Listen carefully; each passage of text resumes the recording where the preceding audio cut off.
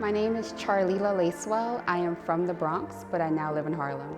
I was working in healthcare, and I just thought that that was going to be my career path. I was happy, I was fulfilled, but I did start to feel like this wasn't enough. I hit like a dead end, and my godmother came into town and she invited me to a church in the Bronx.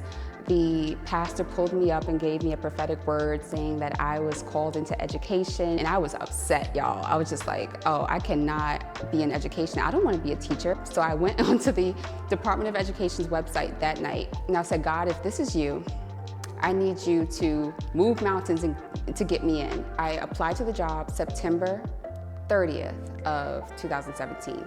October 19th of 2017, I'm walking into the Sears Arena in Chicago, and I get a voicemail. My phone didn't ring, and it's the Department of Education saying, hey, we want to interview you in 4 days. Can you just do a phone interview, a phone screen? I also signed up for a prophetic word at World Changers, and I remember the prophet that spoke to me said, I don't know what, but you're called into education. So I get back to New York City. They called me back a month later and said, we've been interviewing so many attorneys and we want you. Fast forward to this moment in time, and I wish I could remember the sermon that Apostle was preaching, but he literally said it to the T. He said, I don't care what your current job is offering you, if they're matching the salary, if they're giving you a new title, if God's telling you to go to the other job, you need to go. And I was just like, wow. When I heard that, I was like, all right, God, I surrender. I'm going into the education field. I put my 2 weeks in, and I've been with the Department of Education for close to 4 years now. And honestly, I thank God for All Nations Worship Assembly, because I know now, oh goodness, I'm gonna start crying. Oh, don't do it. I know now that it had to be God. I mean, since I've been there, because I went in with a different lens, I have been able to impact change. Like, there's mandates that have been in place for 30 years that I was able to get modified. I support hundreds of schools that impact thousands of students, and All Nations Worship Assembly has helped me grow, helped me stretch, helped me break out of my shell. Back in 2018, when Apostle announced that he was going to be going to different cities once a month, like a pop-up, and New York City was on the list. So when it was announced, I was like, I want to be a part of this. How can I get involved? How can I volunteer? What can I do to give back? Because this ministry is so powerful and impactful.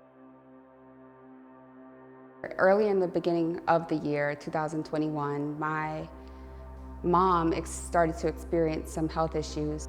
One thing that really kept me grounded through the pandemic was our weekly prayer meetings on Friday mornings at 7 a.m. with Prophetess Moikali from headquarters. I was like, you know what, I'm going to be vulnerable. I found family. This is my home. I can share. Let me put my prayer request in, and let me seek prayer for this. I need God right now. My mom needs God right now. She had lost all her hair. The doctors didn't know why. She had lost the majority of her body weight, and they found tumors in her body.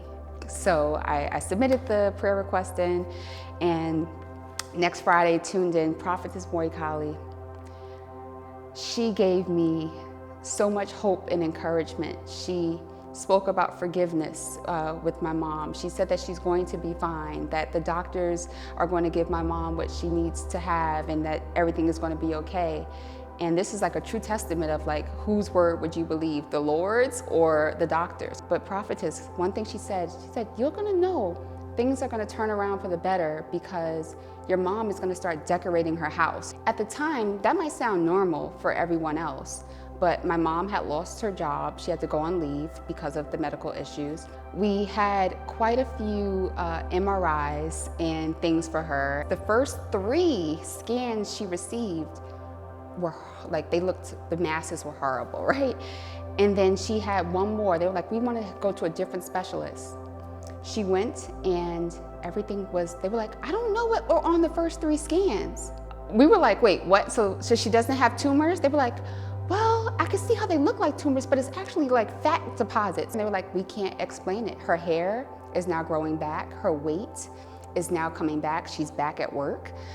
One day I was speaking to my mom and she's like, oh, you know, I'm sitting here in my living room and I think I want a new couch. And I'm sitting there and I'm like, I'm rocking, I'm crying, I'm like internally screaming. She has actually increased her desire to go to church and to pray, so we pray often, and I can't wait till I can get her into one of our services because I believe that she too will call All Nations home. Campus 11 is my home. I found family, I found my tribe, and there's no place like home.